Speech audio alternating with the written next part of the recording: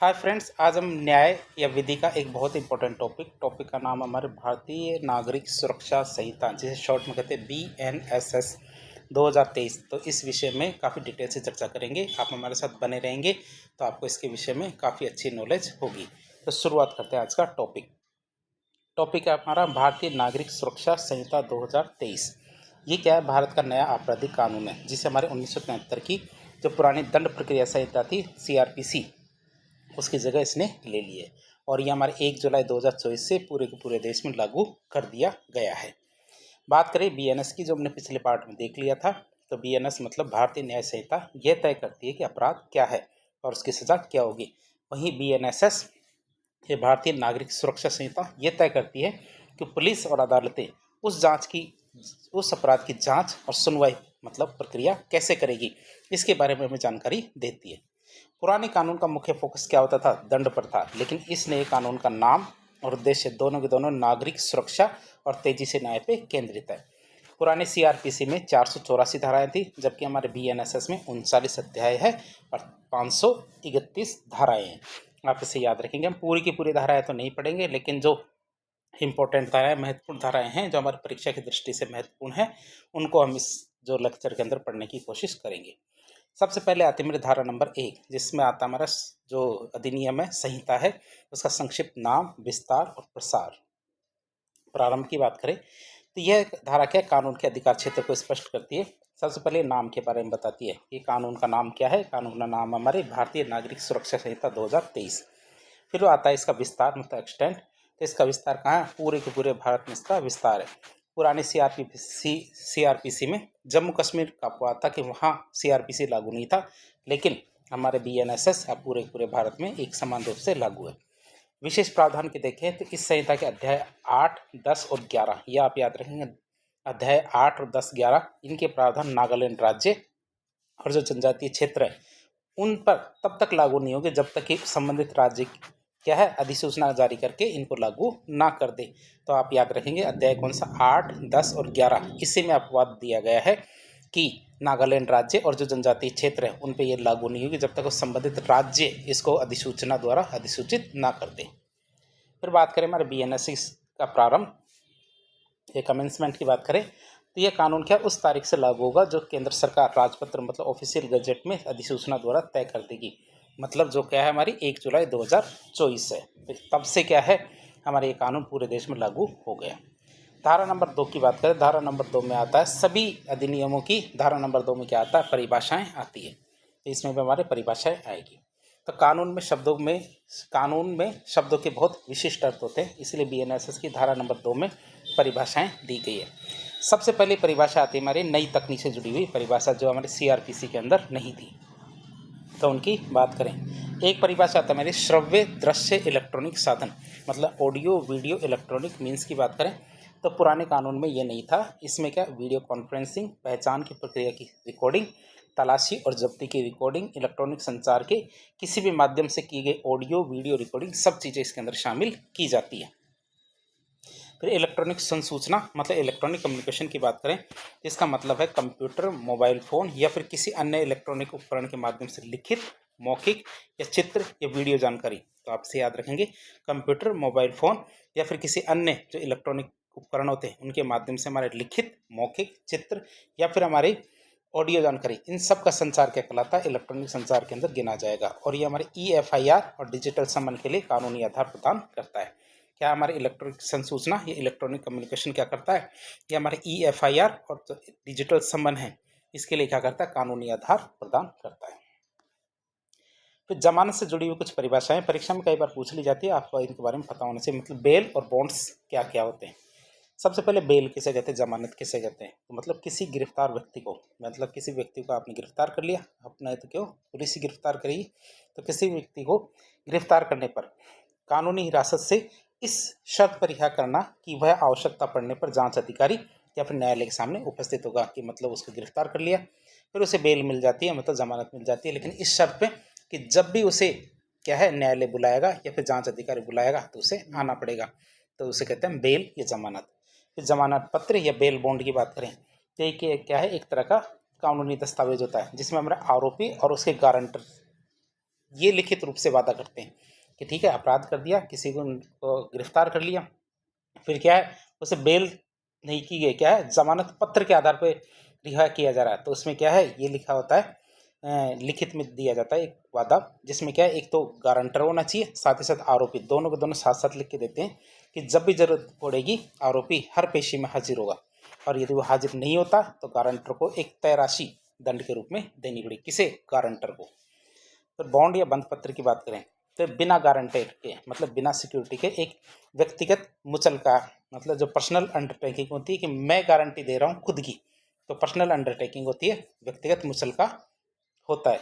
इसमें व्यक्ति खुद अदालत को लिखित वादा देता है कि भाई यदि मैं नहीं आऊँगा तो मैं इतने पैसे दूंगा, तो इसे हम कहते हैं बॉन्ड। तो 3 चीज़ें होती है, ठीक है। तो शांति बनाए रखने का एक बंध पत्र होता है कि भैया मैं शांति बनाए रखूंगा, इससे दूर रहूंगा, ये बहुत सारी चीज़ें हैं जिनके लिए जो व्यक्तिगत मुचलका दिया जा सकता है। अब बात करें हमारे एक इसका उदाहरण से समझें।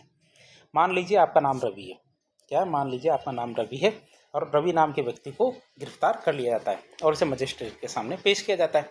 मजिस्ट्रेट साहब सोचते हैं कि भैया इतना तो बड़ा अपराध नहीं किया, तो इसे क्या जमानत दी जानी चाहिए, लेकिन फिर देखेंगे कि जमानत किन किन आधार पर दी जा सकती है। सबसे पहले तो प्योर जमानत देते हैं उसे, क्या रवि है तो रवि को क्या प्योर जमानत मतलब बेल दे दिया जाए। तो जज ने क्या दोनों पक्षों की दलीलें सुनी और कहा कि रवि को रिहा कर दिया जाए। अदालत के द्वारा दी गई ये अनुमति या राहती क्या कहलाती है, जमानत या बेल कहलाती है। तो पहली स्थिति तो ये है।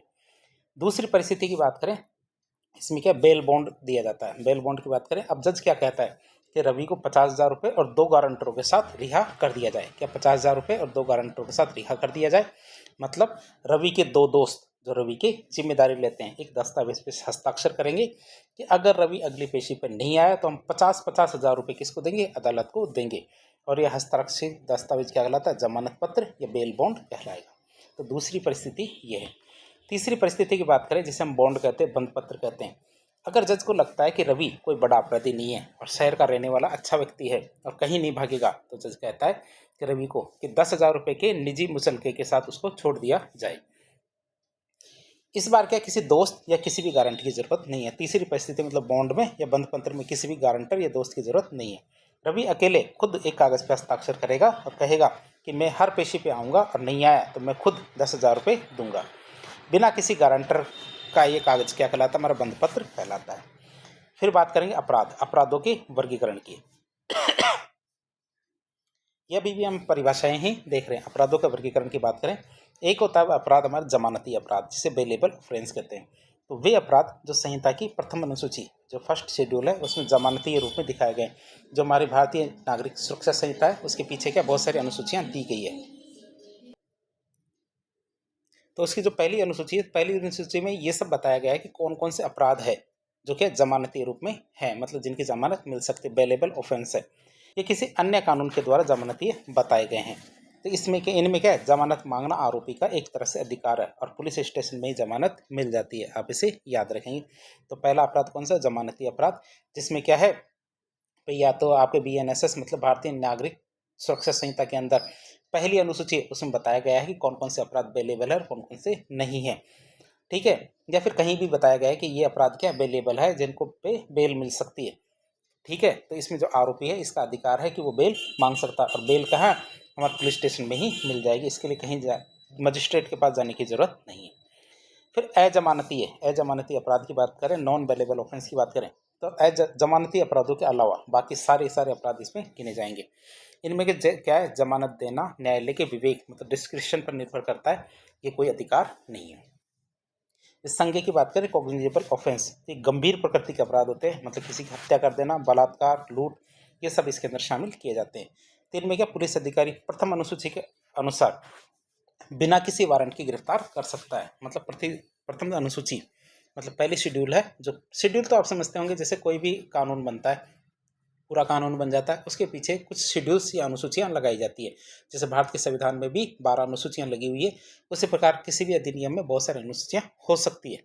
तो उसी प्रकार क्या है, BNSS की पहली अनुसूची के अनुसार बिना वारंट के उसको गिरफ्तार कर सकता है जब जब अपराध कैसे हो, गंभीर प्रकृति के, जैसे कोई हत्या है, बलात्कार है, लूट है, तो पुलिस अधिकारी इस प्रथम अनुसूची के अनुसार बिना वारंट के उस अपराधी को गिरफ्तार कर सकता है और न्यायालय की अनुमति के बिना ही जांच भी शुरू कर सकता है। इसे हम कहते हैं कॉग्निजेबल ऑफेंस, संज्ञेय अपराध।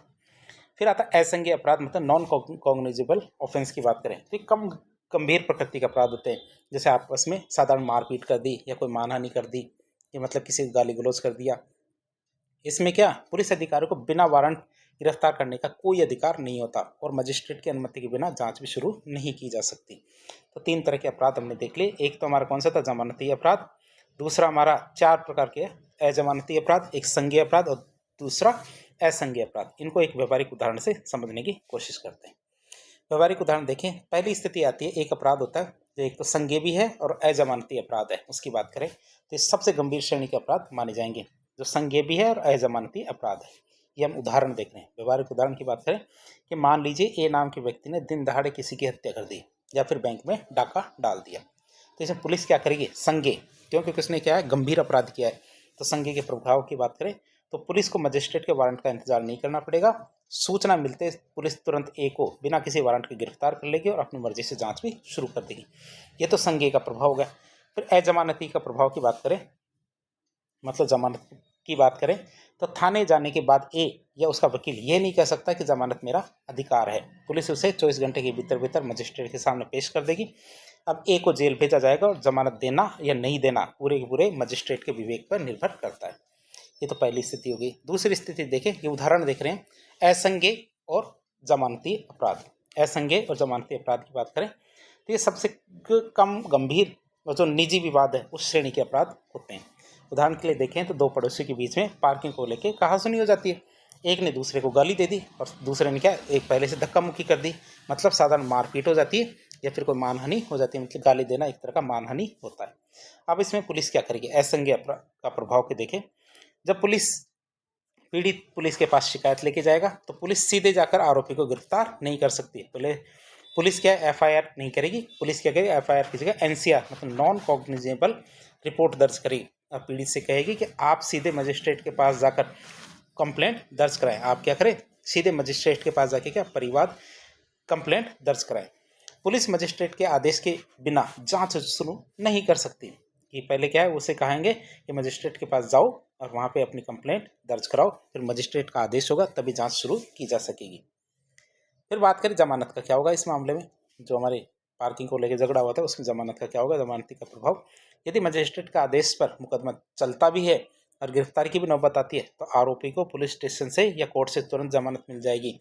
उसे सिर्फ जमानत पत्र जो बेल बॉन्ड है वो भरना पड़ेगा। क्यों, क्योंकि यह उसका अधिकार है।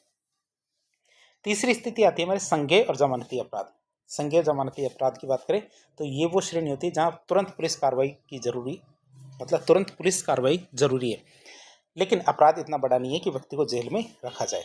उदाहरण के लिए देखें, यदि कोई व्यक्ति बीच बाजार में बहुत लापरवाही से गाड़ी चलाता है, बाजार के अंदर रैश ड्राइविंग करता है, या फिर बीच सड़क पर टेंट लगा कर उसको रास्ते को रोकने का प्रयास करता है, जिसे हम लोक न्यूसेंस कहते हैं, बीएनएस की धारा, भारतीय न्याय संहिता की धारा 270 के तहत, तो उसमें पुलिस क्या करेगी, तो जनता की सुरक्षा को देखते हुए पुलिस तुरंत उस व्यक्ति को मौके से बिना वारंट के गिरफ्तार तो कर सकती है। फिर जमानत की बात करें, जमानत का क्या होगा, तो गिरफ्तार करके जब उसको थाने लेके जाया जाएगा तो पुलिस उसे जेल में नहीं भेजेगी, वह व्यक्ति क्या थाने में ही जमानत पत्र मतलब बेल बॉन्ड भरेगा और थाना प्रभारी जो एसएचओ है उसे थाने से ही जमानत पर रिहा कर देगा। क्यों, क्योंकि कानून क्या है, ये जमानती अपराध है, मतलब जिसकी जमानत मिल सकती है। तो हमने ये उदाहरण के माध्यम से तीनों अपराधों के बारे में देख लिया। अब पुलिस और न्यायिक कार्रवाई की बात करें, प्रेसिडेंट्स के संबंध में कौन कौन सी परिभाषाएं हैं। बात करें, एक परिवाद आता है, मतलब कंप्लेंट किसे कहेंगे, किसी ज्ञात या फिर अज्ञात व्यक्ति के खिलाफ, मतलब ज्ञात या फिर अज्ञात व्यक्ति के खिलाफ मजिस्ट्रेट से की गई वह मौखिक या फिर लिखित शिकायत जिसमें यह आरोप हो कि उसने कोई अपराध किया है, ताकि मजिस्ट्रेट उस पर कार्रवाई कर सके, तो इसे हम परिवाद या फिर कंप्लेंट कहेंगे। तो किसी ज्ञात या फिर अज्ञात व्यक्ति के खिलाफ मजिस्ट्रेट से की गई जो हमारी मौखिक या फिर लिखित शिकायत होती है, जिसमें यह आरोप लगाया गया हो कि उसने कोई अपराध किया है, ताकि मजिस्ट्रेट क्या है उस पर कार्रवाई कर सके, इसे हम कंप्लेंट या परिवाद कहेंगे। इसमें पुलिस रिपोर्ट शामिल नहीं होती है, इसमें सीधी की गई जो कंप्लेंट होती है वही होती है। फिर बात करें अन्वेषण की, इन्वेस्टिगेशन की, तो सबूत मतलब एविडेंस इकट्ठा करने के लिए पुलिस अधिकारी के द्वारा एविडेंस इकट्ठा करने के लिए पुलिस अधिकारी के द्वारा की जाने वाली सारी कार्रवाई इन्वेस्टिगेशंस कहलाएगी। या फिर मजिस्ट्रेट के द्वारा अधिकृत किसी व्यक्ति के द्वारा की जाने वाली जो कार्रवाइयाँ होती है वो इन्वेस्टिगेशन या फिर अन्वेषण कहलाएगी, और ये न्यायिक प्रक्रिया नहीं होती है। इन्वेस्टिगेशन कभी भी न्यायिक प्रक्रिया नहीं होती है, ये केवल जाँच की प्रक्रिया मानी जाएगी। फिर जाँच की बात करें, इंक्वायरी की, तो अन्वेषण और जाँच दो अलग अलग शब्द है। जब ट्रायल को छोड़ के, ये विचारण या फिर ट्रायल को छोड़ के मजिस्ट्रेट या न्यायालय के द्वारा की जाने वाली प्रत्येक जांच इसके अंदर इंक्वायरी या जांच के अंदर गिनी जाएगी। अन्वेषण पुलिस करती है, जबकि जांच हमेशा न्यायालय या मजिस्ट्रेट करता है। आप इसे याद रखेंगे, अन्वेषण या इन्वेस्टिगेशन तो पुलिस करती है, जबकि जांच कौन करता है? हमेशा न्यायालय या मजिस्ट्रेट के द्वारा किया जाता है, ताकि पता चल सके कि मामला विचारण के लायक है या नहीं। आप इसे याद रखेंगे कि मामला क्या है, विचारण के लायक है या ट्रायल के लायक है या नहीं, ये जांच करते हैं कौन? हमारे न्यायालय, मजिस्ट्रेट।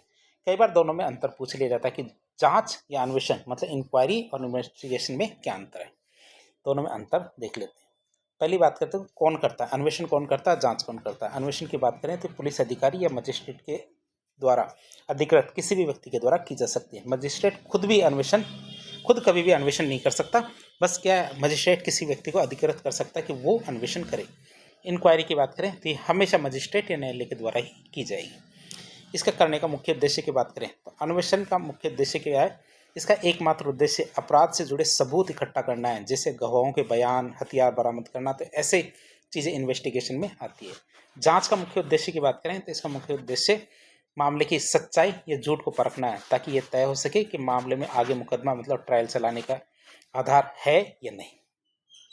फिर अन्वेषण की प्रक्रिया के चरण की बात करें, स्टेजेस की, तो ये किसी भी आपराधिक मामले का पहला चरण होता है। अन्वेषण क्या होता है? किसी भी आपराधिक मामले का पहला चरण होता है। FIR दर्ज होते ही ये शुरू हो जाता है। जबकि जांच की बात करें तो ये FIR मतलब अन्वेषण या इन्वेस्टिगेशन होने के बाद जांच होती है।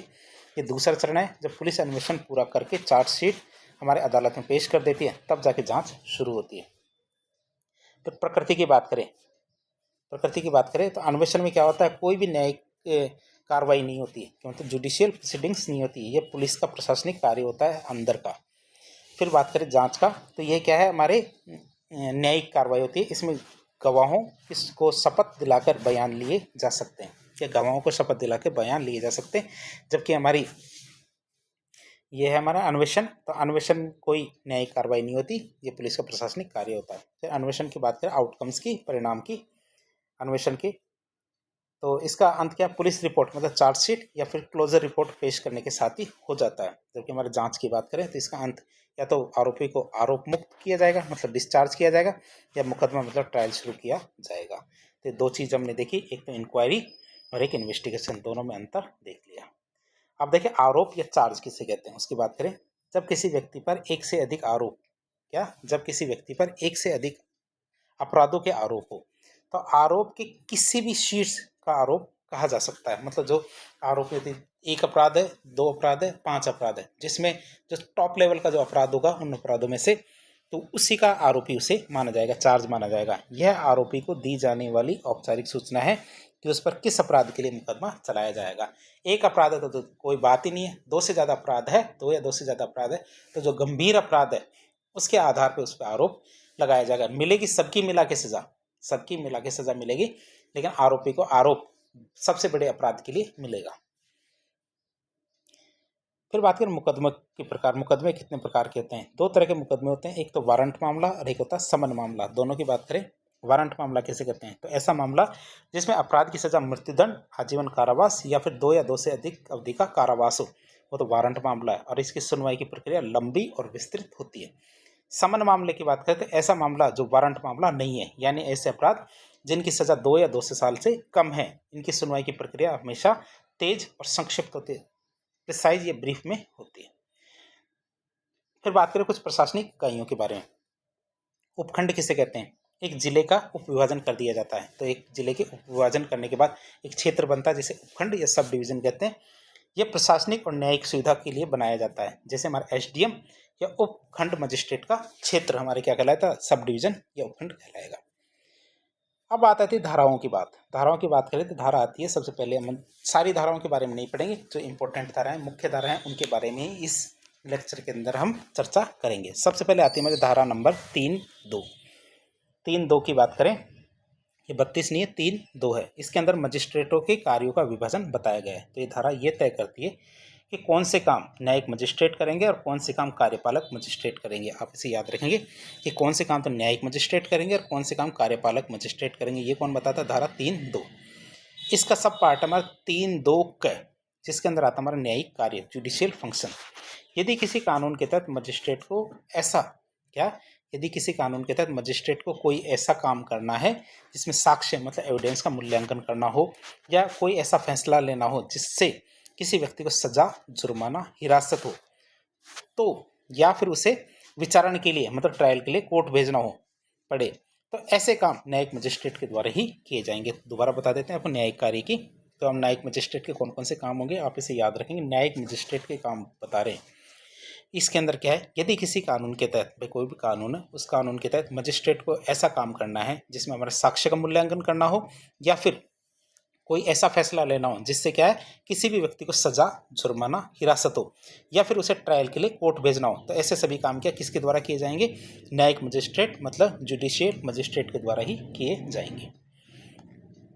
फिर धारा 3(2) ख की बात करें, ये प्रशासनिक कार्यों से संबंधित है कि यदि मजिस्ट्रेट के कार्य प्रशासनिक या कार्यपालक प्रकृति के, कैसे प्रशासनिक या एग्जीक्यूटिव या कार्यपालक प्रकृति के, जैसे किसी को लाइसेंस देना, लाइसेंस रद्द करना, निलंबित करना, मुकदमा चलाने की मंजूरी देना, मुकदमा वापस ले लेना, इस तरह के कार्य हैं, तो ऐसे सभी कार्य कार्यपालक मजिस्ट्रेट मतलब एग्जीक्यूटिव मजिस्ट्रेट के द्वारा किए जाएंगे। तो दोनों का अंतर आप समझ गए होंगे कि न्यायिक मजिस्ट्रेट मतलब जुडिशियल मजिस्ट्रेट के तो 3(2) क में आते हैं, और जो हमारे एग्जीक्यूटिव मजिस्ट्रेट या कार्यपालक मजिस्ट्रेट के कार्य जो प्रशासनिक कार्य होते हैं ये 3(2) ख के अंदर आते हैं। अब हम देखेंगे धारा 14 से 17 के बीच के जो मामले उनकी बात करें। तो न्यायिक मजिस्ट्रेट अदालतों में बैठ के न्यायिक मजिस्ट्रेट के अदालतों में बैठ के मुकदमों की सुनवाई करते हैं, जबकि कार्यपालक मजिस्ट्रेट जैसे हमारे डीएम, एडीएम, एसडीएम ये सब क्या फील्ड में रह के कानून व्यवस्था और प्रशासन को संभालते हैं। आप इसे याद रखेंगे कि कार्यपालक मजिस्ट्रेट और न्यायिक मजिस्ट्रेट में क्या अंतर है। न्यायिक मजिस्ट्रेट तो अदालतों में बैठेंगे और मुकदमों की सुनवाई करेंगे, जबकि कार्यपालक मजिस्ट्रेट क्या करेंगे? फील्ड में घूमेंगे। जैसे हमारे डीएम, एडीएम, एसडीएम ये सब क्या है फील्ड में घूमेंगे और कानून व्यवस्था मतलब लॉ एंड ऑर्डर को और प्रशासन को संभालते हैं। पहले देखते हैं धारा नंबर 14। धारा नंबर 14 आती है कार्यपालक मजिस्ट्रेट के बारे में। कार्यपालक मजिस्ट्रेट की बात करें जो एग्जीक्यूटिव मजिस्ट्रेट कहलाएगा। तो ये धारा राज्य सरकार को जिले में प्रशासनिक अधिकारियों को मजिस्ट्रेट की शक्तियां देने का अधिकार देती है। ये धारा क्या करती है? राज्य सरकार को जिले में क्या है प्रशासनिक अधिकारियों को मजिस्ट्रेट की शक्तियां देने का अधिकार करती है। सबसे पहले नियुक्ति की बात करें तो राज्य सरकार हर जिले में जितने वो जरूरी समझे, राज्य सरकार क्या करेगी? हर जिले में जितने वो जरूरी समझे उतने व्यक्तियों को कार्यपालक मजिस्ट्रेट नियुक्त कर सकती है। ये तो नियुक्ति की कोई संख्या फिक्स नहीं बताई गई है। फिर जिला मजिस्ट्रेट या डीएम की बात करें तो उन्हीं कार्यपालक मजिस्ट्रेटों में से किसी एक को, जो कार्यपालक मजिस्ट्रेट बनाए गए उनमें से किसी एक को राज्य सरकार क्या है जिला मजिस्ट्रेट या डिस्ट्रिक्ट मजिस्ट्रेट नियुक्त करेगी, जो पूरे जिले का प्रशासनिक मुखिया होगा। तो कार्यपालक मजिस्ट्रेटों में से एक, जिले में कितने भी लगा सकते हैं राज्य सरकार, उनमें से किसी एक को हम डीएम या फिर डिस्ट्रिक्ट मजिस्ट्रेट बना देंगे। फिर एडीएम की बात करें अतिरिक्त जिला मजिस्ट्रेट की तो सरकार किसी मजिस्ट्रेट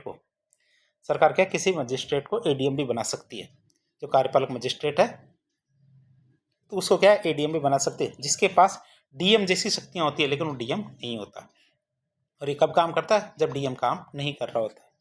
फिर उपखंड मजिस्ट्रेट या एसडीएम की बात करें तो जिले को उपखंडों में बांटा जाता है और राज्य सरकार जिस कार्यपालक मजिस्ट्रेट को किसी उपखंड का प्रभावी बनाती है तो उसे एसडीएम भी कह सकते हैं। फिर आती है धारा नंबर 15। धारा नंबर 15 ये तो हमने देख लिए थे, एडीएम, एसडीएम, डीएम और एडीएम, तो ये सब चीज़ें तो हमने देख ली। फिर विशेष कार्यपालक मजिस्ट्रेट की बात करें, स्पेशल एग्जीक्यूटिव मजिस्ट्रेट की बात करें तो धारा क्या विशेष परिस्थितियां या फिर आयोजनों से निपटने के लिए बनाई गई है। बात करें कौन कौन सी परिस्थितियां और आयोजन है तो राज्य सरकार किसी विशेष क्षेत्र या विशेष कार्य जैसे हमारे चुनाव, बड़े बड़े त्यौहार, दंगे जैसी आपात स्थितियां होती है तो उनके लिए किसी व्यक्ति को विशेष कार्यपालक मजिस्ट्रेट के रूप में नियुक्त कर सकती है। तो राज्य सरकार क्या कर सकती है? विशेष क्षेत्र के लिए या फिर किसी विशेष कार्य के लिए, जैसे हमारे चुनाव होंगे, बड़े बड़े त्यौहार, दंगे जैसी जो आपात की स्थितियां होती है तो उन स्थितियों के लिए किसी भी व्यक्ति को विशेष कार्यपालक मजिस्ट्रेट नियुक्त कर सकती है। फिर बात करें किसी भी व्यक्ति को तो नहीं, लेकिन किसे कर सकती है? तो किसी सामान्य जो कार्यपालक मजिस्ट्रेट के अलावा, क्या किसी सामान्य कार्यपालक मजिस्ट्रेट के अलावा पुलिस अधीक्षक मतलब एसपी होते हैं ना, सुपरिटेंडेंट ऑफ पुलिस, या उससे ऊंची रैंक के किसी पुलिस अधिकारी को यह शक्ति दी जा सकती है। आप इसे याद रखेंगे आपको दोबारा से बता दें ये वाली बात, ये हमारे क्या विशेष कार्यपालक मजिस्ट्रेट की। तो विशेष कार्यपालक मजिस्ट्रेट की नियुक्ति कौन कर सकता है, कैसे की जा सकती है? तो राज्य सरकार किसी विशेष क्षेत्र के लिए या किसी विशेष काम के लिए, जैसे चुनाव होते हैं, बड़े बड़े त्यौहार होते हैं, दंगे होते हैं, इस तरह की स्थितियों के लिए किसी व्यक्ति को विशेष कार्यपालक मजिस्ट्रेट के रूप में नियुक्त कर सकती है। किसे बनाया जा सकता है? तो ये सामान्य जो कार्यपालक मजिस्ट्रेट है उनको नहीं बनाया जाएगा, आप इसे याद रखेंगे। उनके अलावा पुलिस अधीक्षक जो हमारे एसपी होते हैं, सुपरिटेंडेंट ऑफ पुलिस, उससे ऊंचे या फिर एसपी या एसपी से ऊंचे रैंक के किसी भी पुलिस अधिकारी को ये शक्ति दी जा सकती है। ये नियुक्ति क्या एक निश्चित समय के लिए दी जाती है, काम खत्म और नियुक्ति खत्म। तो ये नियुक्ति एक निश्चित समय या टर्म के लिए दी जाती है, जिसके बाद ये शक्तियाँ वापस भी ली जा सकती है। जैसे हमारा कुंभ का मेला था, तो ऐसे करके बहुत सारे ऐसे आयोजन हो सकते हैं। धारा नंबर 16 की बात करें तो कार्यपालक मजिस्ट्रेटों की तो स्थानीय अधिकारिता इसके अंदर शामिल की जाती है, लोकल ज्यूरिसडिक्शन इसमें शामिल की जाती है। तो ये धारा बताती है कि कोई कार्यपालक मजिस्ट्रेट किस इलाके में अपनी शक्तियों का इस्तेमाल करेगा। तो कार्यपालक मजिस्ट्रेट तो बना दिया, लेकिन अपनी शक्तियों का इस्तेमाल वो कहाँ कहाँ करेगा उसकी बात करें। डीएम के अधिकार की बात करें तो राज्य सरकार के दिशा निर्देशों के तहत डीएम मतलब जिला मजिस्ट्रेट यह तय करेगा कि कौन सा कार्यपालक मजिस्ट्रेट जिले के किस इलाके में काम करेगा। यह तय करने का काम कौन करता है? डीएम करता है कि कौन सा कार्यपालक मजिस्ट्रेट किस इलाके में काम करेगा। तो उसकी लोकल लिमिट्स तय करने का काम कौन करता है? डीएम करता है। डिफॉल्ट नियम की बात करें कि यदि डीएम ने किसी कार्यपालक मजिस्ट्रेट का इलाका तय नहीं किया है, मतलब ये तो तय करना होता है उसको, लेकिन किसी का इलाका तय नहीं किया, तो कानून की नज़र में उस मजिस्ट्रेट की शक्तियां पूरे जिले में लागू मानी जाएगी। यदि डीएम ने लिखित रूप में किसी जो कार्यपालक मजिस्ट्रेट है उसका इलाका तय नहीं किया तो पूरे जिले में उसकी शक्तियां मानी जाएगी। अब देखेंगे धारा नंबर 17 क्या कहती है। धारा नंबर 17 कहती है कि कार्यपालक मजिस्ट्रेटों का अधीनस्थ होना। तो ये धारा कार्यपालक मजिस्ट्रेटों की तो चेन ऑफ कमांड तय करती है, मतलब हायरार्की तय करती है, ताकि हमारे प्रशासन बिना किसी टकराव के चल सके। जिले के सभी कार्यपालक मजिस्ट्रेट सीधे जिला मजिस्ट्रेट के अधीन ही रह के काम करेंगे। जो कार्यपालक मजिस्ट्रेट है वो सीधे किसके अधीन या सबऑर्डिनेट रह के काम करेंगे? जिला मजिस्ट्रेट के। किसी उपखंड मतलब सब डिवीजन में काम करने वाले सभी कार्यपालक मजिस्ट्रेट या किसी उपखंड मतलब सब डिवीजन में काम करने वाले सभी कार्यपालक मजिस्ट्रेट वहाँ के एसडीएम के अधीन होंगे। आपसे याद रखेंगे किसके अधीन होंगे? एसडीएम के अधीन होंगे, लेकिन कुल मिला के वो डीएम के नियंत्रण में ही रहेंगे। तो उपखंड की बात करें, उपखंड भाई जिले की बात करें तो जिले में सारे कार्यपालक मजिस्ट्रेट क्या सीधे सीधे क्या हमारे डीएम के अधीन रहेंगे, ये तो आपने देख लिया, इसके अधीन रहेंगे। और उपखंड की बात करें तो उपखंड में काम करने वाले कार्यपालक मजिस्ट्रेट क्या एसडीएम के अधीन रह के काम करेंगे, लेकिन एसडीएम खुद ही डीएम के अधीन रह के काम करता है। तो कुल मिला के देखें तो जिले के अंदर वो सारे के सारे डीएम के अधीन रह के ही काम करेंगे। काम के बंटवारे की बात करें तो जिला मजिस्ट्रेट या डीएम अपने अधीन काम करने वाले सभी मजिस्ट्रेटों के बीच काम के बंटवारे मतलब डिस्ट्रीब्यूशन ऑफ बिजनेस के लिए नियम और विशेष आदेश जारी कर सकता है, और जारी करने का काम कौन करता है? डीएम करता है। फिर न्यायिक मजिस्ट्रेट बनाम कार्यपालक मजिस्ट्रेट की बात करें, दोनों में क्या अंतर है? कई बार पूछ लिया जाता है तो आपको पता होना चाहिए। तो इन दोनों के बीच का अंतर मुख्य रूप से इनके कार्यक्षेत्र और जो उद्देश्य होता है उसी के आधार पर तय किया जाता है। बात करें कैसे, दोनों का अंतर देखें। सबसे पहले इधर हमने न्यायिक मजिस्ट्रेट जुडिशियल मजिस्ट्रेट लिखा, और इधर कार्यपालक मजिस्ट्रेट या एग्जीक्यूटिव मजिस्ट्रेट लिखा। नियुक्ति कौन करेगा? उच्च न्यायालय के परामर्श से। न्यायिक मजिस्ट्रेट की बात करें, उच्च न्यायालय के परामर्श से राज्य सरकार के द्वारा हमारे न्यायिक मजिस्ट्रेट की नियुक्ति की जाएगी, और आमतौर पर न्यायिक सेवा परीक्षा के माध्यम से इसकी की जाती है। कार्यपालक मजिस्ट्रेट की बात करें तो राज्य सरकार के द्वारा जो प्रशासनिक सेवा होती है आईएएस आरएस, इन अधिकारियों को कार्यपालक मजिस्ट्रेट बनाया जाता है। प्राथमिक कार्य की बात करें तो न्यायिक मजिस्ट्रेट मुकदमों की सुनवाई करते हैं, सजा सुनते हैं, साक्ष्य का मूल्यांकन करते हैं, रिमांड पे देने का कार्य करते हैं। तो इस तरह के कार्य करते हैं। कार्यपालक मजिस्ट्रेट कानून व्यवस्था बनाए रखते हैं, निवारक प्रिवेंटिव कार्रवाई कर सकते हैं, मतलब अपराध को होने से पहले रोकने का कार्य भी कर सकते हैं। नियंत्रण की बात करें तो न्यायिक मजिस्ट्रेट की बात करें तो इनका प्रशासनिक नियंत्रण उच्च न्यायालय मतलब हाई कोर्ट के अधीन होता है, जबकि कार्यपालक मजिस्ट्रेट की बात करें तो इनका न्यायिक नियंत्रण राज्य सरकार और जिला मजिस्ट्रेट के अधीन होता है। मतलब जो दोनों तय करते हैं, राज्य सरकार और हमारे डीएम जो तय करेंगे वही उनका क्षेत्र होगा। स्वतंत्रता की बात करें तो ये कार्यपालिका तो सरकार से पूरी तरह से स्वतंत्र होते हैं ताकि निष्पक्ष रूप से न्याय कर सके, बल्कि हमारे जो ईएम होते हैं मतलब कार्यपालक मजिस्ट्रेट इस सरकार की नीतियों और कानून व्यवस्था के प्रति जवाबदेह होते हैं।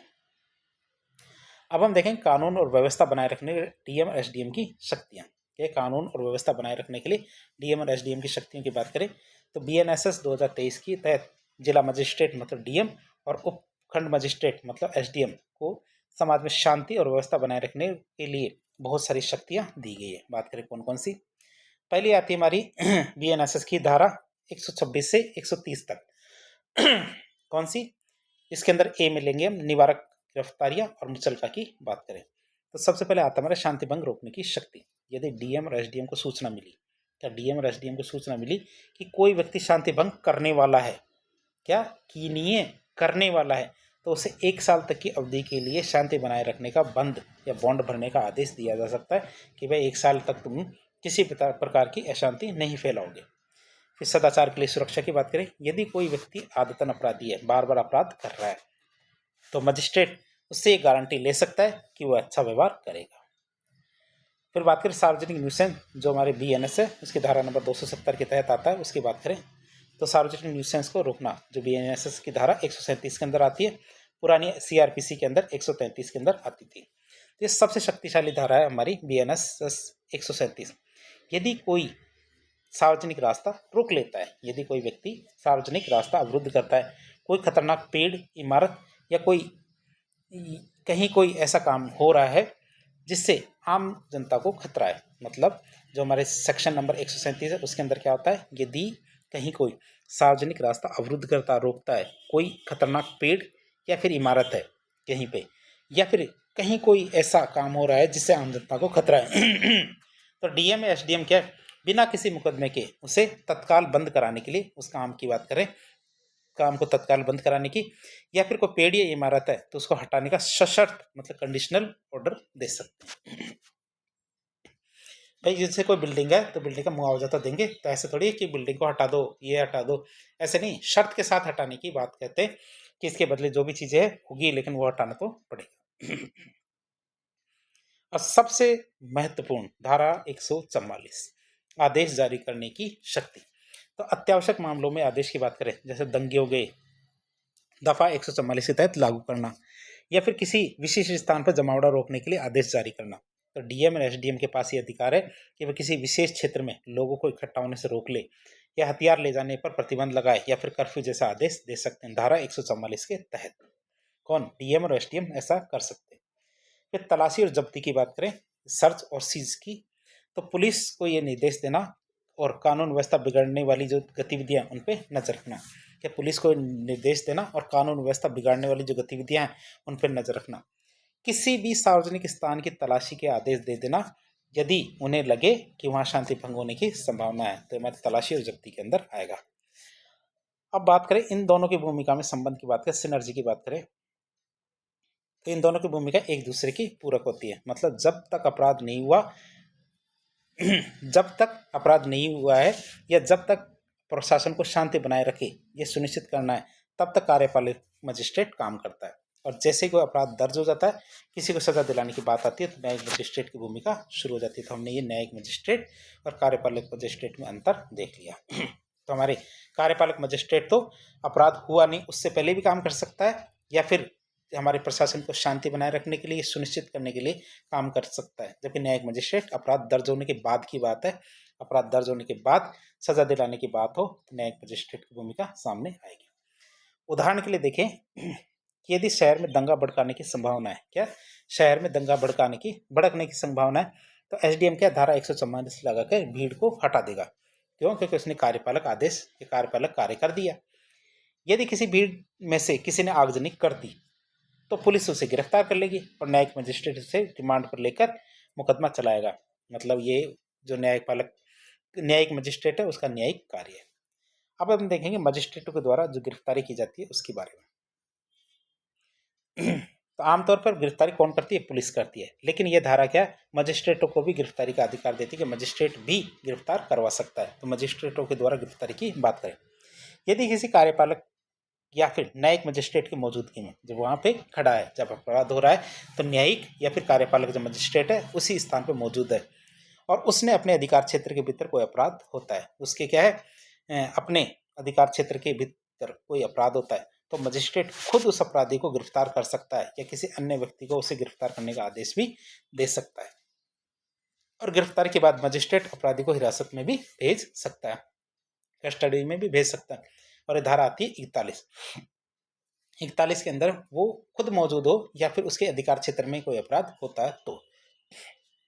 फिर धारा 42 की बात करें, धारा 42 क्या कहती है कि सशस्त्र बलों के सदस्यों को गिरफ्तारी से संरक्षण की बात करें तो धारा क्या हमारे सेना और सुरक्षा बल के जो जवान होते हैं, सेना और सुरक्षा बल के जवान होते हैं, उनको ड्यूटी के दौरान कानूनी संरक्षण देती है। सशस्त्र बलों का कोई भी सदस्य, जो हमारे आर्म फोर्स होते हैं, आर्म फोर्स के किसी भी सदस्य की बात करें तो सदस्य अपने आधिकारिक कर्तव्यों के निर्वहन में किए गए किसी भी काम के लिए, मतलब जो उनके ऑफिशियल ड्यूटी है तो ऑफिशियल ड्यूटी में किए गए किसी भी काम के लिए तब तक गिरफ्तार नहीं किया जा सकता जब तक कि केंद्र सरकार की पूर्व अनुमति ना ले ली गई हो, सेंट्रल गवर्नमेंट की परमिशन लेनी पड़ेगी यदि हमारे सशस्त्र बलों के सदस्यों को गिरफ्तार करना है तो। लेकिन उन्होंने वो कार्य कैसे किया है, आधिकारिक कर्तव्यों के निर्वहन के लिए, मतलब ऑफिशियल ड्यूटी के दौरान किए हैं तो। राज्य सरकार भी अधिसूचना जारी करके राज्य के सुरक्षा बलों को संरक्षण दे सकती है। केंद्र सरकार की बात केंद्रीय बलों के लिए, राज्य सरकार ये बात कर सकती है राज्य बलों के लिए। राज्य सुरक्षा बल होते हैं जैसे आरपीएफ होते हैं राजस्थान के अंदर, वैसे सेंटर में जैसे सीआरपीएफ, सीआईएसएफ, बीएसएफ। बात करें धारा 43, धारा 43 की बात करें गिरफ्तारी कैसे की जाएगी तो ये बहुत ही महत्वपूर्ण धारा होती है। धारा गिरफ्तारी कैसे की जाएगी, इसमें गिरफ्तारी की वास्तविक प्रक्रिया मतलब प्रोसीजर और नए कानून में हुए जो बदलाव है उनके बारे में बताया गया है। उनकी बात करें तो गिरफ्तारी कैसे होगी, गिरफ्तारी के तरीके की बात करें तो पुलिस अधिकारी आरोपी को शरीर को छुएगा या रोकेगा, पुलिस अधिकारी आरोपी को शरीर से छुएगा या रोकेगा जब तक कि आरोपी अपने शब्दों या फिर कार्यों से खुद को पुलिस के हवाले ना कर दे। मतलब खुद हवाले कर देगा तो उसे छूने की जरूरत नहीं है। यदि वो आपको पुलिस के हवाले नहीं कर रहा आरोपी, तब उसे छुएगा और उसे रोकने का प्रयास करेगा। हथकड़ी की बात करें, हैंडकफिंग की, इसके प्रयोग की, तो नए कानून में हथकड़ी लगाने को कानूनी मान्यता दी गई है। आदतन अपराधी, आतंकवादी, संगठित अपराधी, हत्या, बलात्कार और देशद्रोह जैसे जो गंभीर अपराध है, ऐसे मामलों में पुलिस भागने से रोकने के लिए कि यदि इसको हथकड़ी नहीं लगाएंगे तो ये भाग जाएगा तो हथकड़ी का प्रयोग कर सकती है, नहीं तो नॉर्मली नहीं करती है। यदि वो खुद ही मान जाता जाने के लिए तो जैसे हमारे कोई आतंक अपराधी होते हैं, आतंकवादी, संगठित अपराधी, हत्या या बलात्कार या देशद्रोह जैसे जो गंभीर अपराध किसी के ऊपर हो तो उनके मामलों में हथकड़ी का प्रयोग किया जाएगा। बात करें हथकड़ी के साथ साथ हम क्या बल का प्रयोग भी कर सकते हैं। पुलिस बल का प्रयोग कहाँ कहाँ करेगी, यदि आरोपी गिरफ्तारी का विरोध करता है, गिरफ्तार होने से मना कर देता है या फिर भागने की कोशिश करता है तो पुलिस गिरफ्तारी के लिए हर आवश्यक साधन का उपयोग कर सकती है। लेकिन पुलिस किसी भी ऐसे व्यक्ति की जान नहीं ले सकती जिस पर आजीवन कारावास या मौत की सजा वाला अपराध ना हो, तो उसकी जान नहीं ले सकती। भागने का प्रयास कर रहा है कोई भी, जैसे कि किसी ने बटुआ मार लिया, कि किसी ने गाली गलौज कर दी और पुलिस उसको कहती है कि भैया हिरासत में ले लो इसको, और वो कहता है, वो तो भाग जाता है, भागने की कोशिश करता है, तो पुलिस बंदूक निकाल के उसे गोली नहीं मार देगी। ये आप याद रखेंगे कि भैया वो तो भाग रहा था लेकिन उस पर अपराध तो ऐसा नहीं था ना जिसमें उसको क्या आजीवन सजा मिल सके या फिर फांसी की सजा मिल सके या मौत की सजा मिल सके। जब उस पर ऐसा अपराध उसने नहीं किया तो आप उसको गोली थोड़ी मार देंगे। तो यही साफ बताया गया है कि पुलिस किसी ऐसे व्यक्ति की जान नहीं ले सकती यदि वो भागने की कोशिश कर रहा तब भी, जिस पर आजीवन कारावास या मौत की सजा वाला अपराध न हो। बात करें महिलाओं की गिरफ्तारी की तो महिलाओं को केवल महिला पुलिस अधिकारी ही गिरफ्तार कर सकती है। किसी भी महिला को सूर्यास्त के बाद में सूर्योदय से पहले गिरफ्तार नहीं किया जा सकता, और यदि कोई ऐसी परिस्थिति आ गई तो मतलब गिरफ्तार करना ही पड़ेगा। तो महिला पुलिस अधिकारी को पहले प्रथम श्रेणी के जो न्यायिक मजिस्ट्रेट है उनसे लिखित में अनुमति लेनी होगी तभी गिरफ्तार किया जा सकता है। गिरफ्तार तो महिला पुलिस अधिकारी ही करेगी, लेकिन यदि उसको सूर्यास्त से पहले या सूर्यास्त के बाद या फिर सूर्योदय से पहले गिरफ्तार करना है तो न्यायिक मजिस्ट्रेट की लिखित अनुमति चाहिए। फिर शांति और सदाचार के लिए प्रतिभूति की बात करें, security for piece and good behaviour की बात करें तो यह अध्याय क्या करता है, इस सिद्धांत पे काम करता है कि इलाज से बेहतर है रोकथाम। क्या शांति और सदाचार के लिए प्रतिभूति में क्या आता है, इलाज से बेहतर है रोकथाम, कि मतलब अपराध होने से पहले ही संदिग्ध लोगों से बॉन्ड भरवा दिया जाए कि भैया तुम अपराध नहीं करोगे। तो धारा 126 आती है। धारा 126 क्या कहती है, शांति बनाए रखने के लिए गारंटी। बात करें इसकी, कौन सी परिस्थिति में, जब किसी कार्यपालक मजिस्ट्रेट मतलब एसडीएम और डीएम को सूचना मिलती है कि कोई व्यक्ति इलाके में शांति भंग कर सकता है या फिर सार्वजनिक व्यवस्था को बिगाड़ सकता है, जैसे कोई दो गुट है उनमें तनाव हो सकता है, उनमें लड़ाई या झगड़ा हो सकता है, ये हमारे डीएम और एसडीएम को सूचना मिलती है। तो डीएम एसडीएम क्या कार्रवाई करेंगे, मजिस्ट्रेट उस व्यक्ति को कारण बताओ नोटिस जारी कर सकता है कि क्यों ना उसे अधिकतम 1 वर्ष के लिए शांति बनाए रखने का बॉन्ड भरवाया जाए। तो उसको क्या कारण बताओ नोटिस जारी कर देंगे। इसे बोलचाल में 107 116 की कार्रवाई भी कहते हैं। फिर 127 की बात करें, 127 आते हमारे राजद्रोहात्मक या भड़काऊ वाले जो बातें फैलाने वाले पर जो होने वाली कार्रवाई है उनकी बात करें। भड़काऊ बातें फैलाने वाले जो लोग होते हैं जो भड़काते हैं, और या फिर राजद्रोहात्मक की बात करें, उन पे क्या क्या कार्रवाई होती है उनकी बात करें। परिस्थिति क्या है, जब कोई व्यक्ति जानबूझ के राज्य के खिलाफ भड़काऊ बातें करता है, सेडिशन की बातें करता है, समुदाय के बीच में नफरत फैलाने वाली बातें करता है, या किसी जज को डराने वाली बातें करता है, या ऐसी बातें फैलाता है, चाहे वो मौखिक हो, चाहे लिखित हो, चाहे इलेक्ट्रॉनिक या डिजिटल माध्यम से की गई हो, तो हमारी धारा 127 के अंदर उसको गिनाया जाएगा। तो उस पर क्या कार्रवाई होगी। कार्यपालक मजिस्ट्रेट ऐसे व्यक्ति से अच्छे व्यवहार के लिए अधिकतम 1 साल का बॉन्ड भरवा सकता है कि तुम्हें 1 साल तक अच्छा व्यवहार करना पड़ेगा, नहीं तो तुम्हें जेल हो सकती है, तुम्हें कोई कार्रवाई की जा सकती है। 1 साल का बॉन्ड भरवा सकता है। फिर एक धारा 128 की बात करें, संदिग्ध व्यक्तियों पर कार्रवाई की बात करें, सस्पेक्टेड पर्सन्स की परिस्थिति की बात करें, जब कोई व्यक्ति अपनी पहचान या मौजूदगी छिपाने की कोशिश कर रहा है कि मैं यहाँ मौजूद हूँ, ऐसी मौजूदगी को छिपाने की कोशिश कर रहा है। मतलब जब कोई व्यक्ति अपनी पहचान या फिर मौजूदगी छिपाने की कोशिश कर रहा है और मजिस्ट्रेट को यह विश्वास हो जाए कि यह किसी संज्ञेय अपराध में गंभीर अपराध को अंजाम देने के इरादे से ही कर रहा है, तब उस पर क्या कार्रवाई होगी। कार्रवाई की बात करें तो कार्यपालक मजिस्ट्रेट उस संदिग्ध व्यक्ति से सदाचार बनाए रखने के लिए अधिकतम 1 वर्ष तक का बॉन्ड भरवा सकता है, जिसमें क्या गारंटर होना अनिवार्य है। जैसा हमने पहले उदाहरण के माध्यम से देखा था, रवि के उदाहरण के माध्यम से हमने इसको देखा था, तो इसमें गारंटर की जरूरत पड़ती है संदिग्ध व्यक्तियों में। फिर बात करें हमारे आदतन अपराधियों पर कार्रवाई, जो हमारे हैबिचुअल ऑफेंडर्स होते हैं उन पे क्या कार्रवाई होती है। धारा 129 के तहत स्थिति की बात करें, जब कोई व्यक्ति आदतन लुटेरा है, चोर है, जालसाज है, या महिला या बच्चों के खिलाफ अपराध करने वाला है, तब के बात करें, या कोई ऐसा व्यक्ति है जो इतना खतरनाक है कि उसका बाहर रहना समाज के लिए बहुत बड़ा खतरा है, तो उस पर क्या कार्रवाई की जा सकती है। क्योंकि ये आदतन अपराधियों के मामले में जुड़ा हुआ मामला है कि ये कैसे आदतन अपराधी है, पहले भी अपराध कर चुके हैं और बार बार अपराध करने की संभावना है, इसलिए उनमें क्या है, इसमें कार्यपालक मजिस्ट्रेट उस व्यक्ति से अधिकतम 3 वर्ष तक के लिए सदाचार का बॉन्ड, जो भी कैसे सिक्योरिटी के साथ, भरवा सकता है। फिर हम बात करेंगे, गिरफ्तार कर लिया किसी भी व्यक्ति को, आरोप लग गया, आरोप के बाद गिरफ्तार कर लिया, तो गिरफ्तार व्यक्ति के क्या क्या अधिकार है उनकी बात करें। तो गिरफ्तार व्यक्ति के अधिकारों की बात करें, धारा 47 के अंदर आती है गिरफ्तारी का कारण जानने का अधिकार। पुलिस जब भी किसी व्यक्ति को बिना वारंट के गिरफ्तार करती है, क्या पुलिस जब भी किसी व्यक्ति को, ये कई बार पुलिस परीक्षा में आ जाता है, गिरफ्तार व्यक्ति के कौन कौन से अधिकार है। पहला, गिरफ्तारी का कारण जानने का अधिकार, धारा 47 में आता है। पुलिस जब भी किसी व्यक्ति को बिना वारंट के गिरफ्तार करती है तो पुलिस अधिकारी का यह कानूनी कर्तव्य होता है कि वो गिरफ्तार व्यक्ति को तुरंत ये बताए कि उसको गिरफ्तार क्यों किया जा रहा है, मतलब गिरफ्तारी का स्पष्ट कारण और उस अपराध का पूरा विवरण दे जिसके लिए उसे गिरफ्तार किया जा रहा है। धारा 47 में आता है। धारा 47 में क्या आता है, हमारे जमानत के अधिकार जानने का हक। यदि किसी भी व्यक्ति को जमानती अपराध मतलब बेलेबल ऑफेंस के लिए गिरफ्तार किया गया है तो पुलिस अधिकारी का कर्तव्य है कि वह उस व्यक्ति को ये बताए कि वह जमानत पाने का हकदार है। पुलिस उसे यह भी बताएगी कि वह अपनी जो रिहाई है इसके लिए जमानतदारों का प्रबंध कर ले, सिक्योरिटीज, या जैसे रवि के मामले में हमने 2 दोस्त को बुलवाया था 50,000 के बॉन्ड के साथ, तो इस तरह की सिक्योरिटीज का प्रबंध कर ले। तो क्यों, क्योंकि उसने ऐसा अपराध किया है जिसमें जमानत मिल सकती है। फिर परिवार या मित्र को सूचना देने के अधिकार की बात करें, धारा 48 के अंदर आती है।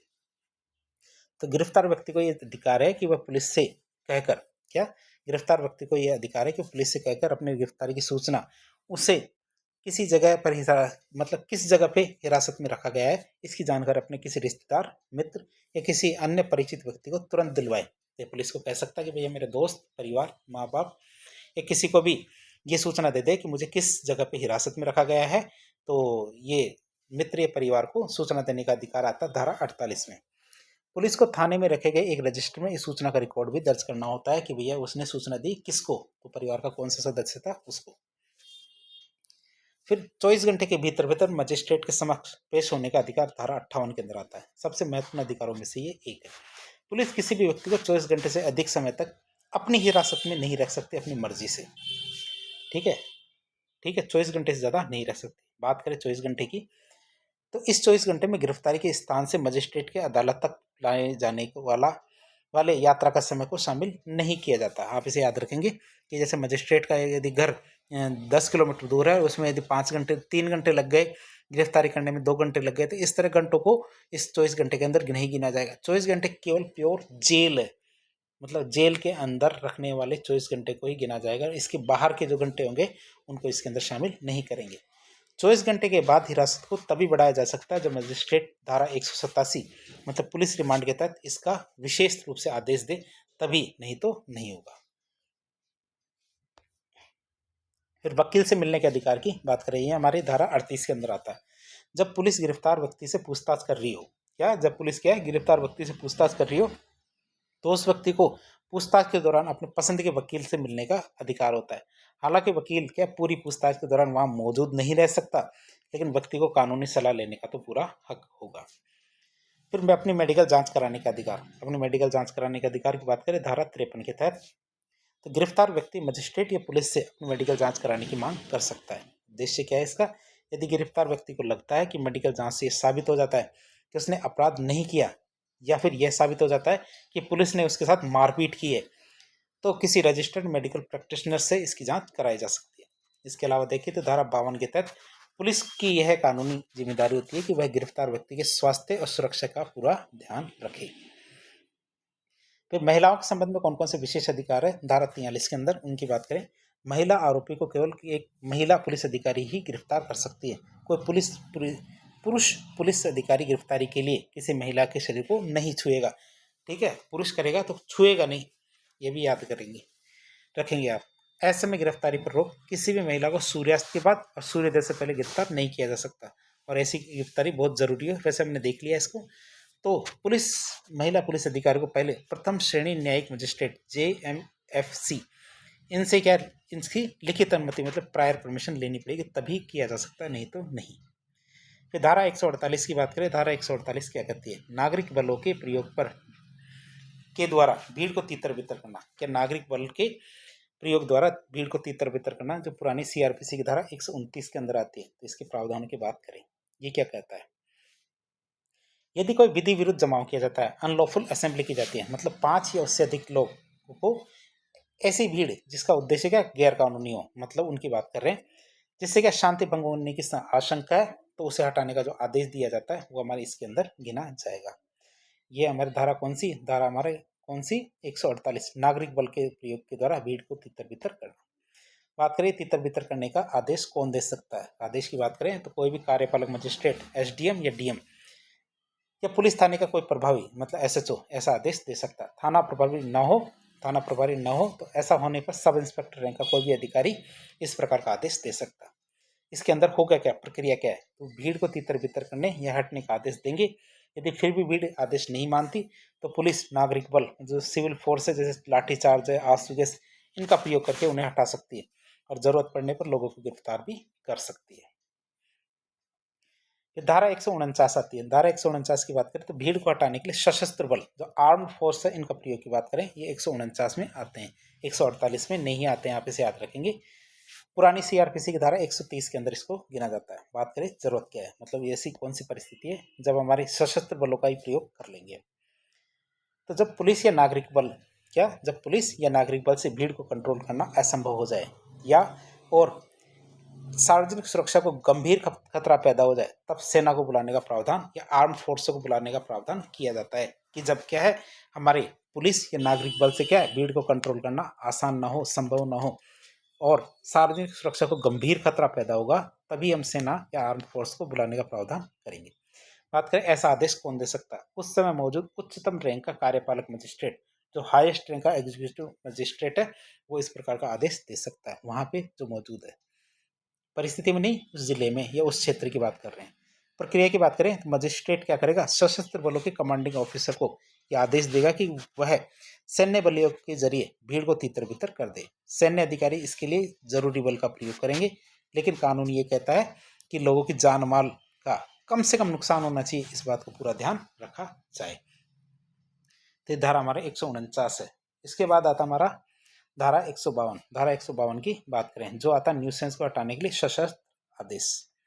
सशस्त्र आदेश की बात करें, धारा 152 पुरानी CRPC की धारा 133 में इसको गिना जाता था। बात करें ये क्या है, यदि किसी सार्वजनिक स्थान या रास्ते पर कोई बाधा पैदा की जा रही है, यदि कोई किसी सार्वजनिक स्थान या फिर रास्ते पर क्या है कोई बाधा पैदा की जा रही है, जिससे क्या आम जनता को खतरा है, परेशानी हो। किसको? आम जनता को खतरा होता है या फिर परेशानी होती है।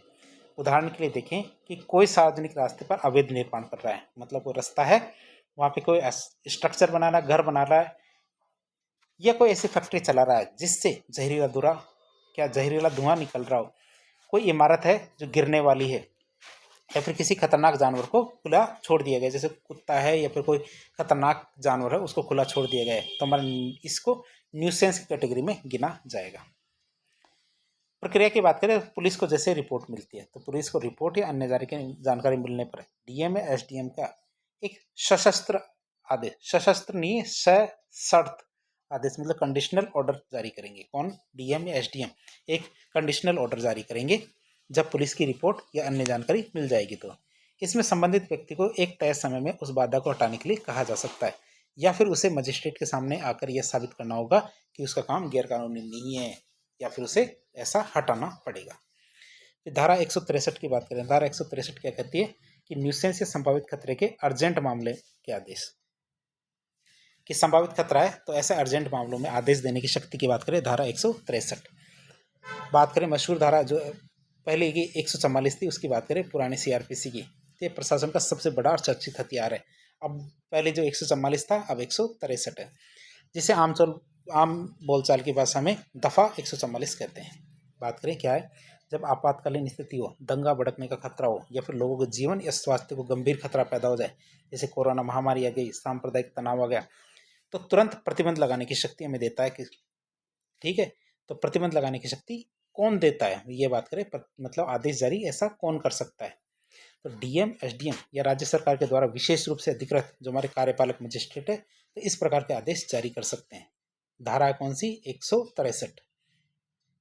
शक्तियों की बात करें तो जिला वो मजिस्ट्रेट क्या आदेश जारी करके लोगों को एक जगह इकट्ठा होने पर रोक लगा सकता है, हथियार लेकर चलने पर पाबंदी लगा सकता है, या किसी विशेष काम को करने से रोक सकता है। कौन? डीएम, एसडीएम या फिर सरकार जो राज्य सरकार है उनके द्वारा जो अधिकृत कार्यपालक मजिस्ट्रेट ऐसा कर सकता है। अब इस तरह का आदेश की सीमा क्या होगी? तो मजिस्ट्रेट का आदेश अधिकतम 2 महीने तक लागू होगा। हालांकि राज्य सरकार अधिसूचना जारी करके इसे 6 महीने तक और भी बढ़ा सकती है। मजिस्ट्रेट को केवल 2 महीने तक ऐसा आदेश जारी कर सकता है। फिर अचल संपत्ति के विवाद की बात करें, जमीन या पानी के विवाद होते हैं उनकी बात करें। जब जमीन, मकान या पानी जैसे नहर, इनके विवाद में दो पक्षों के बीच में खून खराब हो गया, दंगा होने की नौबत आ गई, तब धारा 164 से 167 तक लागू की जाती है। ध्यान रखिए कि मजिस्ट्रेट जहां यह तय नहीं कर पाता कर मजिस्ट्रेट यहाँ यह तय नहीं करता कि मालिक कौन है, वह सिर्फ यह तय करता है कि शांति बनाए रखने के लिए अभी कब्जा या मालिकाना हक किसके पास रहेगा। मालिकाना हक दीवानी अदालत ही तय करेगी। तो आप इसे याद रखेंगे। अचल संपत्ति मतलब जमीन, पानी, किसी भी बात को लेके यदि लगता है कि कोई विवाद होने वाला है, मजिस्ट्रेट को ये लगता है कि भैया कोई खून खराब होने वाला, दंगा होने वाला है, तो धारा 164 से 167 के तहत यह तय किया जाता है कि वर्तमान में ये स्थिति है और ये वाली चीज इसके पक्ष में रहेगी, लेकिन ये टेम्परेरी रहती है ताकि दंगा ना हो और खून खराबा ना हो। तो टेम्परेरी रूप में ये आदेश दिया जा सकता है। इनको एक एक करके देखें। धारा 164 क्या कहती है? जब जमीन या फिर पानी की विवाद से शांति भंग होने की आशंका हो। पुरानी सीआरपीसी की धारा 145 के तहत यदि डीएम, एसडीएम को लगता है कि किसी जमीन या मकान को लेकर दो गुटों में लड़ाई होने वाली है, आपस में लड़ सकते हैं, तो मजिस्ट्रेट दोनों पक्षों को नोटिस भेजकर अपना अपना लिखित दावा पेश करने को कहेगा कि तुम बताओ तुम्हारी जमीन है, तुम बताओ तुम्हारी जमीन है, ऐसे कौन कौन से कारण है। फिर मजिस्ट्रेट ये देखेगा विवाद शुरू होने से ठीक 2 महीने पहले, कि जब विवाद शुरू हुआ 2 महीने पहले, मतलब नए कानून में यह अवधि 2 महीने, नए कानून में 2 महीने की अवधि है, तो उस जमीन पर किसका वास्तविक रूप से फिजिकल पोजीशन या वास्तविक रूप से किसका कब्जा था, जिसका कब्जा साबित होगा, मजिस्ट्रेट आदेश देगा कि जब तक सिविल कोर्ट का फैसला नहीं आता तब तक वही पक्ष जमीन पर रहेगा, दूसरा पक्ष उसमें किसी भी तरह का दखल नहीं देगा, जब शिकायत प्राप्त होती है उससे 2 महीने पहले। इसीलिए किसी का विवाद हो तो तुरंत शिकायत करे, 2 महीने का वेट ना करे, 2 महीने के बाद तो मामला ही पलट जाएगा। धारा 165 की बात करें तो विवाद की विषय वस्तु को कुर्क करने और रिसीवर नियुक्त करने की शक्ति की बात करें, तो यदि स्थिति क्या है बहुत ज़्यादा तनावपूर्ण है, इमरजेंसी की स्थिति आ गई, तब मजिस्ट्रेट यह तय नहीं कर पा रहा है कि दोनों में से किसका कब्जा था, मतलब 2 महीने वाली बात तो खत्म हो गई, लेकिन मजिस्ट्रेट को तय नहीं कर पा रहे कि दोनों में से किसका कब्जा था। तो मजिस्ट्रेट उस जमीन की कुर्क कर देगा, मतलब अटैच कर देगा कि इस पे दोनों ही नहीं रहेंगे भैया। कुर्की हो गई है इसकी कि दोनों का अधिकार इस पे खत्म कर दिया जाता है जब तक प्रॉपर आदेश, सिविल कोर्ट का आदेश ना आ जाए। कुर्की का मतलब क्या है? कुर्की का मतलब है प्रशासन उस जमीन को अपने कब्जे में ले लेगा। उसके बाद मजिस्ट्रेट उस संपत्ति की देखरेख के लिए एक रिसीवर नियुक्त कर देगा जब तक कि अदालत का फैसला ना आ जाए, तो दोनों को ही हटा देगा। तो 164 में तो क्या है, 2 महीने पहले का देख लेंगे। जब शिकायत प्राप्त हुई तो 2 महीने पहले किसका इसका पोजीशन था, किसका अधिकार था, तो दूसरे को तो कह देंगे तो भैया तू जब तक कोर्ट का अधिकार ना आए जब तक कुछ नहीं कहेगा, या फिर वो उसको नहीं कहेगा। और ये जमीन किसके पक्ष में रहेगी? जिसके पास 2 महीने पहले थी।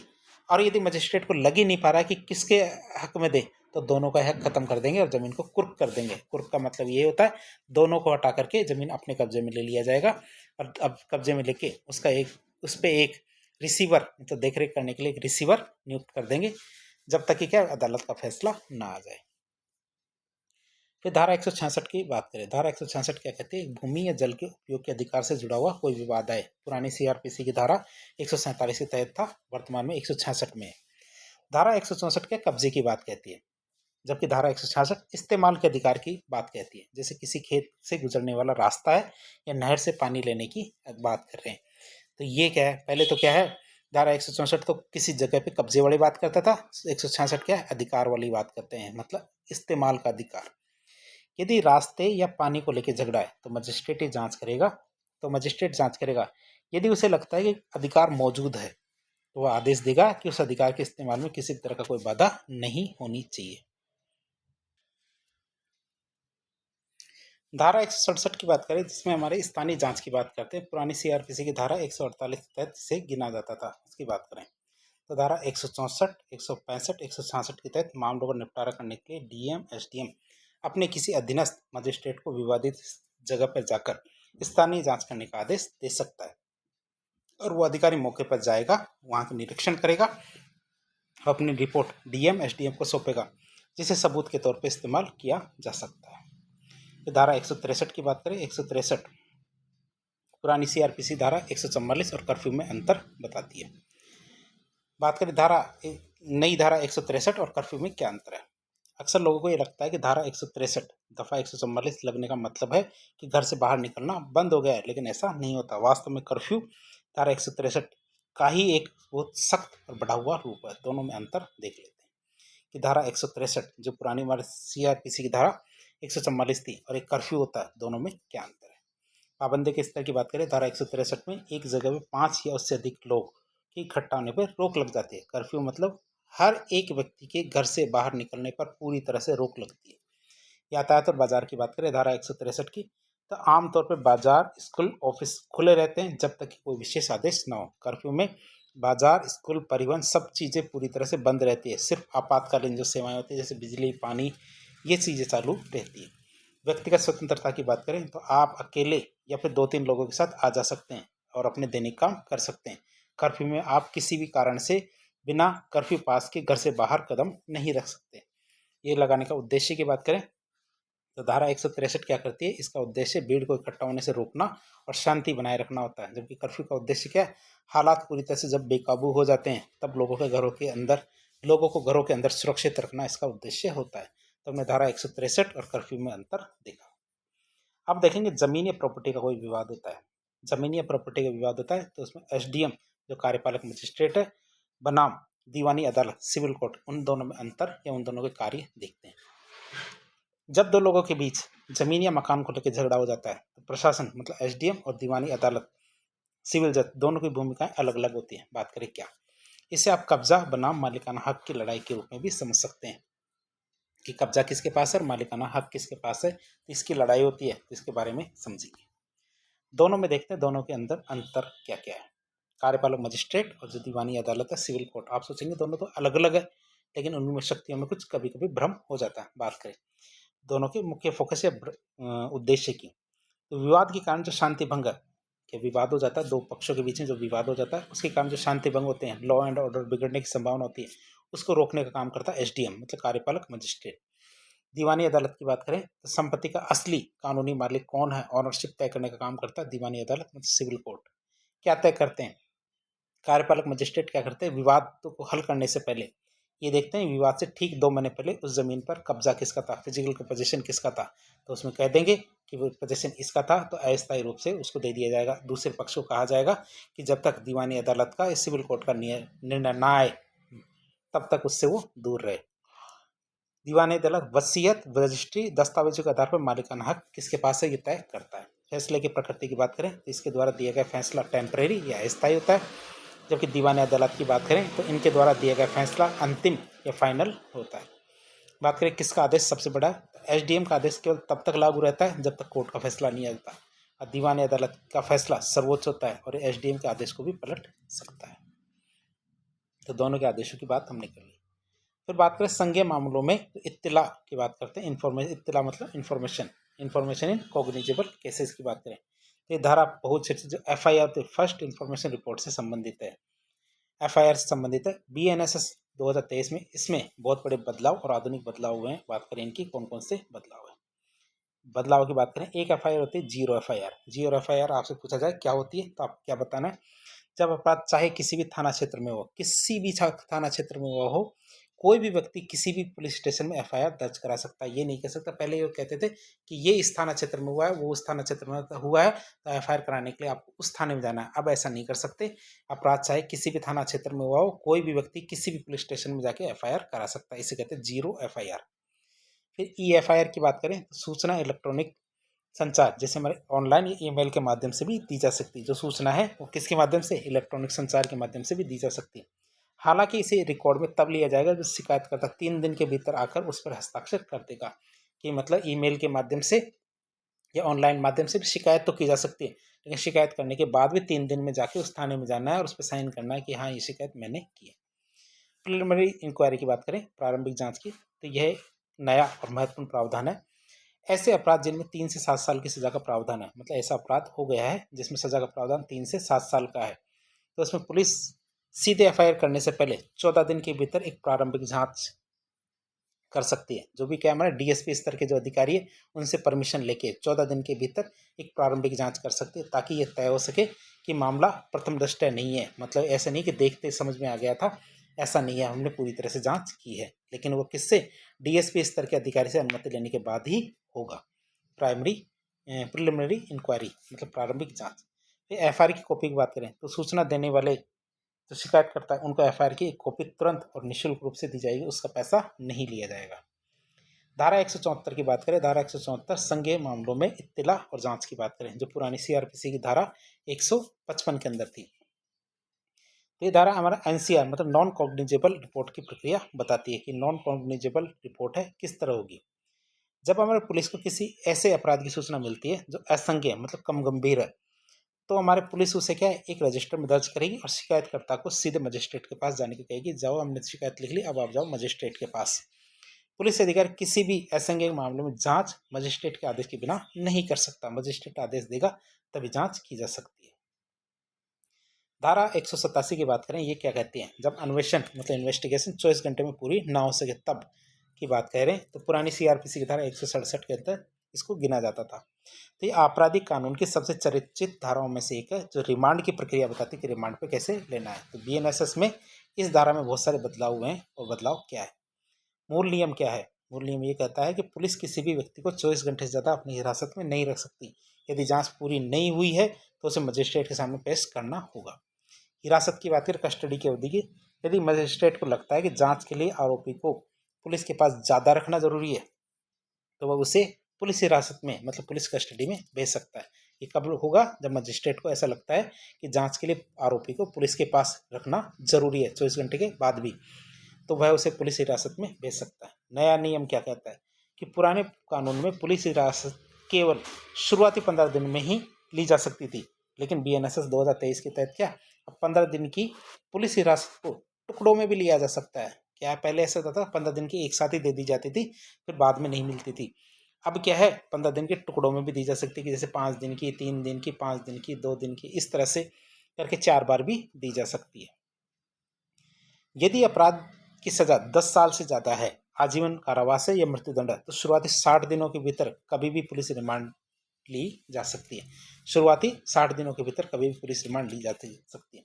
अन्य अपराधों में देखें तो शुरुआती 40 दिन के भीतर लेना है, तो ली तो 15 दिन की जाती है, लेकिन अब क्या इसको टुकड़ों में लिया जाएगा। लेकिन टुकड़ों में भी ऐसा नहीं है कि जिंदगी भर तक टुकड़ों एक एक दिन का रिमांड लेंगे, ऐसा नहीं है।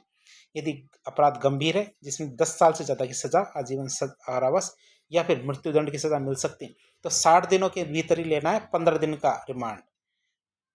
आप इसे याद रखेंगे, 15 दिन का तो लेना है, लेकिन 60 दिनों के भीतर भीतर ही लेना है। टुकड़ों में कैसे कैसे करके लो, चाहे 3-3 करके 5 बार लो, लेकिन 60 दिनों में लेना। और यदि अपराध क्या है, गंभीर नहीं है, अन्य अपराध है, तो उनके लिए क्या 40 दिनों के भीतर भीतर 15 दिन का रिमांड लिया जाएगा। डिफॉल्ट जमानत की बात करें तो यदि गंभीर, पुलिस क्या है, गंभीर मामलों में 90 दिन और अन्य मामलों में 60 दिन के भीतर भी चार्जशीट पेश नहीं करती है, मतलब अंतिम रिपोर्ट पेश नहीं करती, तो आरोपी को जमानत पर रिहा होने का वैधानिक अधिकार मिल जाता है अपने आप ही। यदि जो गंभीर मामलों में तो 90 दिन और अन्य मामलों में 60 दिन के भीतर भीतर चार्जशीट जारी नहीं होती है। तो फिर बात करें अप्राकृतिक मृत्यु की जांच करना, उसकी बात करें पंचनामे की।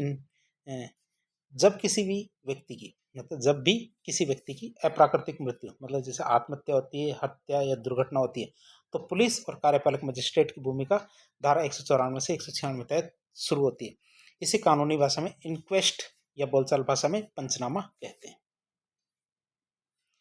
धारा 194 क्या कहती है? धारा 194 कहती है कि आत्महत्या आदि पर पुलिस की जांच किस प्रकार होगी, सीआरपीसी की धारा 174 के तहत, जिसको पहले बताया गया था। बात करें मामला क्या है, यदि पुलिस को सूचना मिलती है कि किसी ने आत्महत्या कर ली या किसी जानवर या मशीन से मारा गया है या फिर किसी संदिग्ध हालात में उसकी मौत हुई है, तो थाना प्रभावी तुरंत इसकी सूचना पास के उस कार्यपालक मजिस्ट्रेट, मतलब एसडीएम या एग्जीक्यूटिव मजिस्ट्रेट को देगा, जिससे मृत्यु समीक्षा मतलब इंक्वेस्ट करने का अधिकार है। तो नजदीकी जो होगा उसको देगा कौन? पुलिस अधिकारी। फिर बात करें इसके पंचनामे की प्रक्रिया की, तो पुलिस अधिकारी मौके पर जाएगा और इलाके के कम से कम 2 या अधिक प्रतिष्ठित व्यक्तियों, जो पंचों की मौजूदगी में शव की जांच करेगा। क्या? पुलिस अधिकारी मौके पर जाएगा जहां उसकी मृत्यु हुई है, और इलाके के कम से कम 2 या अधिक जो प्रतिष्ठित व्यक्ति होते हैं, पंच, जिन्हें पंचनामा इसीलिए तो पंच व्यक्तियों की मौजूदगी में शव की जांच करेगा।